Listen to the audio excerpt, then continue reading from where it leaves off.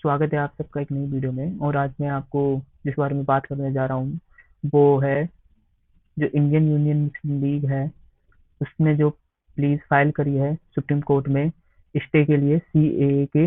वो कैसे फाइल करी गई है, किस बेसिस पे करी गई है, और इंडियन यूनियन मुस्लिम लीग है है क्या ये पार्टी ऑर्गेनाइजेशन, कहाँ से बिलोंग करती है, मैं वो भी आपको बताऊंगा। तो सबसे पहले तो मैं आपको बता देता हूँ कि जब 11 मार्च की रिपोर्ट आई और पता चला कि इंडियन गवर्नमेंट ने सीएए को अप्रूव कर दिया गया है, तो उन्होंने ये इंटरनेशनल मीडिया का आप आर्टिकल देख पा रहे हैं, इसे एक एंटी मुस्लिम के तौर पे दिखाया गया है।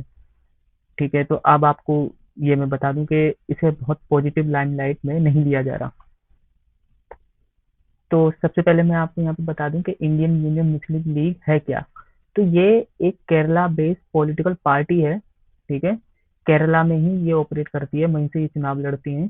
और ये वहां पे एक स्टेट पार्टी का दर्जा रखते हैं। स्टेट पार्टी कैसे, जैसे कि उत्तर प्रदेश में समाजवादी पार्टी है, ऐसे केरला में ये एक स्टेट पार्टी है जो कि उस राज्य में ही जिनकी प्रेजेंस है। और ये स्टेट पार्टी का दर्जा इलेक्शन कमीशन ने इन्हें दिया है। मैं थोड़ी सी हिस्ट्री बता देता हूँ इंडियन यूनियन मुस्लिम लीग की। तो इंडियन यूनियन मुस्लिम लीग ये इंडियन मुस्लिम लीग से ही टूट के बनी थी। ठीक है, 1947 में जब बंटवारा हो गया इंडिया और पाकिस्तान का, तो इंडियन मुस्लिम लीग का एक हिस्सा चला गया पाकिस्तान, जो कि जिन्ना वाला था। और जो इंडिया में रह गए उन्होंने बनाई इंडियन यूनियन मुस्लिम लीग। तो यहाँ पे हुआ क्या है वो मैं आपको बता देता हूँ। तो जैसे आपको पता होगा कि मार्च 11 को केंद्र सरकार ने एक नोटिस दिया कि वो सीएए को इम्प्लीमेंट करने जा रहे हैं। तो आईयूएमएल ने ये हाईलाइट करा है कि जब पिछली बार सीएए को लेके बात हुई थी, तो सेंट्रल गवर्नमेंट ने इस पे सुप्रीम कोर्ट में ये बोल दिया था कि अभी इसका फ्रेमवर्क तैयार नहीं है, तो सुप्रीम कोर्ट अभी इस पे कुछ करे ना, इस पे ना कोई रोक लगाए, ना ही अभी इस पे कोई जजमेंट दे। तो ये आईयूएमएल ने सबसे पहले बोला है ये नोटिस आने के बाद। तो आईयूएमएल का कहना है इस पॉलिटिकल पार्टी का कि देखिए 4.5 साल गवर्नमेंट बिल्कुल शांत बनी रही और अब अचानक से एक रूल लिया ही है, बिना कोई प्रॉपर कोर्ट के फैसले के, क्योंकि अब भी जो सीए के जो केसेस हैं वो सुप्रीम कोर्ट में ओपन हैं, उन पे अभी कोई जजमेंट नहीं आया है। जजमेंट क्यों नहीं आया है वो भी मैं अभी आपको आगे दिखाऊंगा। तो जो केस फाइल हुए थे सुप्रीम कोर्ट में सीए के अगेंस्ट, वो कब हुए थे, तो देखिए जो आईयूएमएल ये पार्टी है, इसने सुप्रीम कोर्ट में सन 2020 में केस फाइल करे थे। ठीक है, उसके बाद तब से अगर देखा जाए तो 200 और पेटिशन फाइल हो चुकी हैं सुप्रीम कोर्ट के अंदर। ठीक है, सीएए को लेकर इसमें बहुत से पॉलिटिशियंस भी शामिल हैं, जैसे ओबीसी हैं, जयराम रमेश जैसे लोग शामिल हैं। इसमें बहुत सी पॉलिटिकल पार्टियां भी शामिल हैं, जैसे कि असम की, ये आप नीचे देख पा रहे हैं, ये असम असम प्रदेश कांग्रेस कमेटी। ठीक है, और नेशनल पीपल्स पार्टी असम की। ठीक है, आपको पता होगा कि असम के जो माँ माँ के लोग हैं, उनके अलग इश्यूज हैं सीए को लेके, और बाकियों के अलग इश्यूज हैं। वहाँ पे डेमोग्राफी के भी इशू आ जाते हैं असम के अंदर। अच्छा, इसकी अगली हियरिंग कब होगी, जो ये सीएए, तो लास्ट ये हियरिंग जो हुई थी सीएए की सुप्रीम कोर्ट के अंदर, वो अक्टूबर 22 की हुई थी। और उस समय 3 बेंचेस ने ये फैसला सुना था आखिरी बार। सबसे पहले थे उस समय के चीफ जस्टिस, उनके साथ 2 जज और थे, रविंद्र भट्ट और हिमा कोहली। उन्होंने ये ऑर्डर पास करा था कि इसकी फाइनल हियरिंग जो होगी वो नेक्स्ट होगी दिसंबर 22 को। ओके, सन 2022 को। पर उसके बाद जो चीफ जस्टिस थे वो रिटायर हो गए और तब से इस केस पे कोई सुनवाई नहीं हुई है। और अब ये केस है पंकज मित्तल हैं, ये सुप्रीम कोर्ट के जज हैं, अब इनके पास है। ये आप नीचे इन्हें देख पा रहे होंगे, यही पंकज मित्तल हैं। यही अब अगला केस, जितने भी केसेस हैं पेटिशंस हैं सीए को लेके, ये सुनेंगे। तो सबसे पहले हम ये जान लेते हैं कि आईयूएमएल ने ये चैलेंज दिया क्यों है, मतलब कि किस, उनका क्या कहना है कि उन्होंने ये पेटिशन फाइल करी हैं सुप्रीम कोर्ट के अंदर। तो उनका सबसे पहले कहना तो यही है कि ये आर्टिकल 14 का उल्लंघन है, सीएए जो है, क्योंकि ये कानून ये भेदभाव करता है on the basis of religion. ठीक है, इस देश के लोगों को लेकर।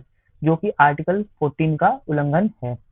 और उनका ये कहना भी है, जो केंद्र सरकार ने एनआरसी निकाला है, नेशनल रजिस्टर ऑफ सिटीजन, ये भी भेदभाव करेगा मुस्लिम्स को लेके, जो कि कहना है सरकार का। और दूसरी तरफ कहना है कि इनलीगल इमिग्रेंट्स को रोकेगा, उन्हें आइडेंटिफाइड करने में हेल्प करेगा। तो सबसे पहले बता देता हूँ, जो सीएए है, इसमें अफगानिस्तान, पाकिस्तान और बांग्लादेश से आने वाले जो माइनॉरिटीज हैं इन तीन कंट्रीज की, उन्हें नागरिकता आसानी से मिल सके, उसका प्रावधान है। और ये केवल उन लोगों के लिए है जो दिसंबर 31 सन 2014 से तक आ चुके हैं, पर इसमें मुस्लिम शामिल नहीं किए गए हैं। ठीक है। अच्छा, गवर्नमेंट का इसमें आर्गुमेंट क्या है, कि गवर्नमेंट का क्या कहना है कि उन्होंने इसमें मुस्लिम्स को क्यों शामिल नहीं किया है।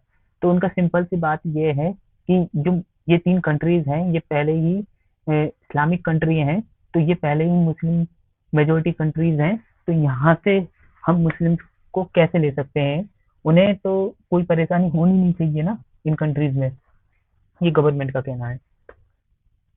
अच्छा, जो जिन्होंने फिल करी है पेटिशन, उनका एक कहना और है कि इसमें श्रीलंका तमिल्स को क्यों नहीं शामिल किया गया। ठीक है। इसमें म्यांमार में जो रोहिंग्यास हैं उन्हें शामिल क्यों नहीं किया गया। तो ऐसे सवाल भी उठ रहे हैं। या फिर पाकिस्तान के अंदर अहमदीज और हजाराज हैं, उन लोगों को क्यों नहीं शामिल किया गया, क्योंकि वो मुस्लिम माइनॉरिटी हैं, उन्हें भी इसमें शामिल होना चाहिए था। अच्छा, ये बहुत जरूरी है। मैं आपको बता देता हूँ कि अगर सुप्रीम कोर्ट में को ये लगा सुप्रीम कोर्ट को ये लगा कि ये कानून डिस्क्रिमिनेटरी है, तो वो इसे कानून को रिजेक्ट कर सकते हैं। क्योंकि रिसेंटली अगर आपको याद हो तो उन्होंने इलेक्टोरल बॉन्ड जो स्कीम थी सेंट्रल गवर्नमेंट की, उसे भी रिजेक्ट कर दिया। अब जान लेते हैं कि मुस्लिम लीग सीए के अगेंस्ट में और क्यों गई है। तो सबसे पहले तो इस पार्टी का कहना ये है कि उन्हें कोई डर नहीं है कि उन्हें देश से निकाला जाएगा, ये उन्हें अच्छे से पता है। पर उनका जो सीए को लेकर, जैसे मैं बता चुका, कि ग्राउंड जो है वो रिलीजन है, कि रिलीजन के बेसिस पे सिटीजनशिप नहीं देनी चाहिए, क्योंकि ये जो हमारे देश के बेसिक स्ट्रक्चर है हमारे संविधान का, उसके खिलाफ है। वो उनका मानना यह है कि इसे धर्मनिरपेक्ष बना देना चाहिए सीए को, तो उन्हें इससे कोई समस्या नहीं है।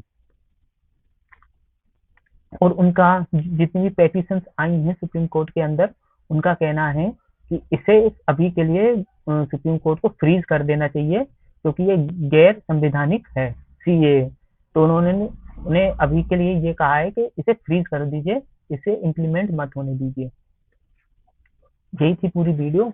और इस समय आपके स्क्रीन पे कुछ वीडियो आ रही होंगी, आप उन्हें भी देख लीजिए, इस चैनल को सब्सक्राइब कर लीजिए। ओके। और वीडियो को भी लाइक करिए। Thank you.